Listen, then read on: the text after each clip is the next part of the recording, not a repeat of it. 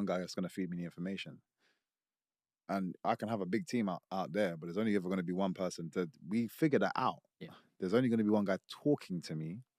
You guys talk amongst yourself and tell him, this person, what information needs to come over. Mm-hmm. But again, in MMA, you got a grappling coach, and then you got a kickboxing coach, and you got this. But still, one person should feed the information, and you get that a lot where everyone's just like, and yeah, I don't agree with that. It shouldn't be done that way. It kind of shows that you guys are not a team, in my opinion. Not you can have as many people in the corner. I don't think that's a negative thing, because everyone's got their strengths, but just one person should kind of pass the information over, and that is Alexis for me. He okay, next round. So next round comes out, and I'm just having him up. Like, what are you thinking in your head that when after being grappled like that in a triangle, or going into round 2, are you like, I'm gonna get him now, or shit, or like, what's your feeling? Yeah, again, it's for me, it's a fight. I don't try to. You add too much stress actually overthinking the situation. The simple thing is, okay, well, I'm one round down, go get it back. Cool. It's not. There shouldn't be anything more than that. Otherwise, you just stress yourself. Do you not get embarrassed or anything when everyone's looking at you in the crowd and you think, They're oh not my even God. there. They're not even there. They're only there when I need them. When I say when I need them, I need to get pumped up.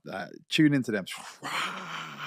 Or you hear MVP. I'm like, yeah, cool. I'm good. And then it's lock back in. Yeah. Other than that, that's not important to me. They don't see what I have to put myself through every day to day. They can only judge me on this. So your opinion doesn't matter. I don't care. So go out there, next round, feeling good about myself now. Get back in. I'm gonna get this guy this round. Start finding the shots. I'm landing some nice shots, and he can tell he's now getting more and more frustrated. He's getting more and more tired. Come out, I win that second round. Third round, again, I just made some silly mistakes during the third round, but still was winning. And then made another silly mistake where I was by the cage, and I always do something that I don't want to go into too many details, but when I'm by the cage, I did something that I don't normally do, and it got tangled up. He took my back again, and then just kind of stayed there. Didn't really do anything, but it was probably about a minute and a half of that.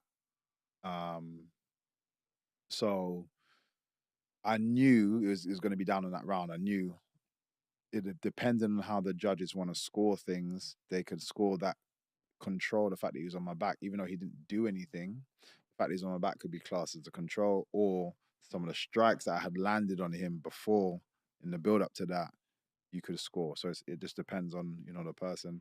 Obviously, they get into him. I wasn't even annoyed at it, and it was interesting even to say that Dana White came out and was like, yeah, I'd have the most I would have called that was a draw. So again, it shows that I was right in believing that it was close. But I don't even think he would have given it to him, because the way he was saying it just felt like he was like, nah, I'm not in a full agreement with that decision. So which was, again, it's nice to have that kind of support. And then if you see the response online, at the time I was a bit hard on myself, but you see a response online, I'm like, okay, fair enough. And then when I finally did watch it back, I was like, oh, I see what everyone's talking about. So yeah, as much as it's a loss on the record, I don't feel like it's done anything bad for my status or my ability to kind of keep climbing the ladder and get to the top. Where does this leave you now? So where I'm at now is I'm actually looking to just head down, knuckle down on doing more grappling, because what I actually think, and part of my processing was, yes, when I'm doing jiu-jitsu in the class with somebody, I feel great. Doing wrestling in the class with somebody, I feel great. Obviously a few mistakes here and there, but in general, I feel good. Everybody has this somebody in their gym, or some bodies in their gym, where in the gym they are unbelievable. And then when they get to the stage, they just, for some reason, cannot get that thing that we see every day in the gym. They cannot get it out, usually the pressures of the whatever. We had Spencer Fear on. I don't know if you know him. Yeah. Spencer Fear was here the other day, and He won like Fight of the Year, and back in 2003, won Fight of the Year, and we saw some of his fights. And he said everybody saw me in the gym, and I was amazing when it didn't transpire when I was in the ring. Like I wasn't that guy. Everyone has that somebody in the gym. And it's unfortunate because, so again, as a teammate, you're like, man, I wish the world can see what I get to see every single day.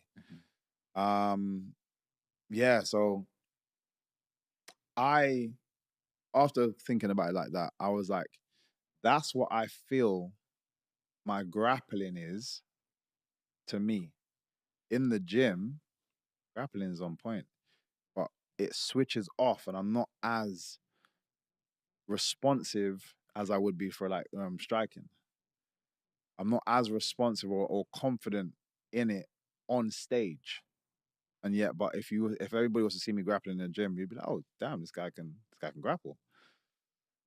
So I'm like, let me knuckle down and I want to get that for right now, focus just on that to the point where I just feel like anywhere I am, I just feel good.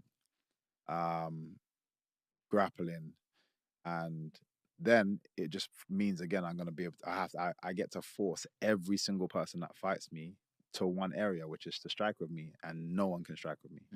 So yeah, that's the plan for right now.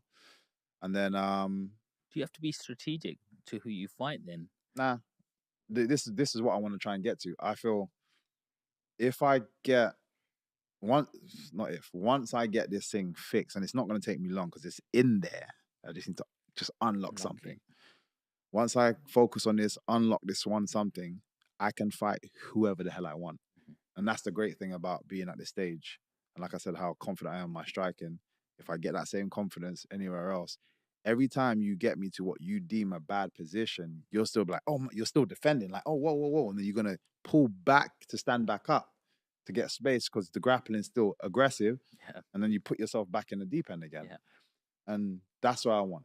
So then if I'm in that place, who can beat me? What are you going to do? Take me down? We're still aggressive. You can't stand up with me. Like it leaves you nowhere. It leaves you again surviving, but surviving with nothing. You can't hold me. You can't survive in literally running or just covering or just waiting for the time. And that's what I want to get to. So once I get to that place, I'm just gonna go on a killing spree. Just literally one after the other, back to back, any big name, and just take them out. Do you have any dream fights out there? Nah, no dream fights, man. Because everyone's just the same to me. It's just food. They're all food. I don't see it as this one person, this one person. Yeah, like there's so many, which is great at the moment. There's so many talented big names out there at the moment. It's great that my sport is providing that. It makes for a more exciting sport to watch. There's so many like integral names now, whereas before you might have the odd one or two. And now people are like, damn, there's in this division there's like 6 guys, in that division there's like 5 guys. This, you know what I mean? They're all over the place. So it's great. So yeah, for me it's just a case of just the aim is to get this belt in my division, then move up, see what I can do up there, and just have fun from there. We want to see that too, man. We really do. I remember my editor Jazz said to me, Michael's fighting, bro. Michael's fighting. I was like, because I'm up at the night and it was just a bit too late for me. But I'm like, 7 o'clock in the morning, that's the first thing I'm going to check on YouTube to watch it. And I was actually not disappointed. I wasn't disappointed in you. I was just disappointed with the decision. Yeah. Because I don't know a lot about UFC, but it didn't look like Michael lost. So when I spoke to Jazz, he was just like, he didn't lose, bro. Like that was max a draw. He did not lose. That was so unfair. And then he's got a community, and it was just a bit like, you know what I mean? Like a bit upset.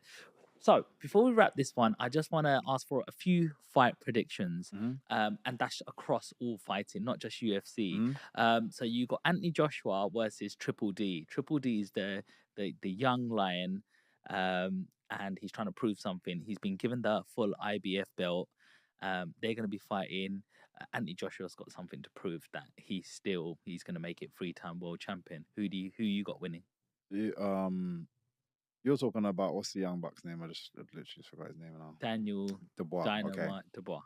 So I've sparred Dubois before. Wow. You're joking.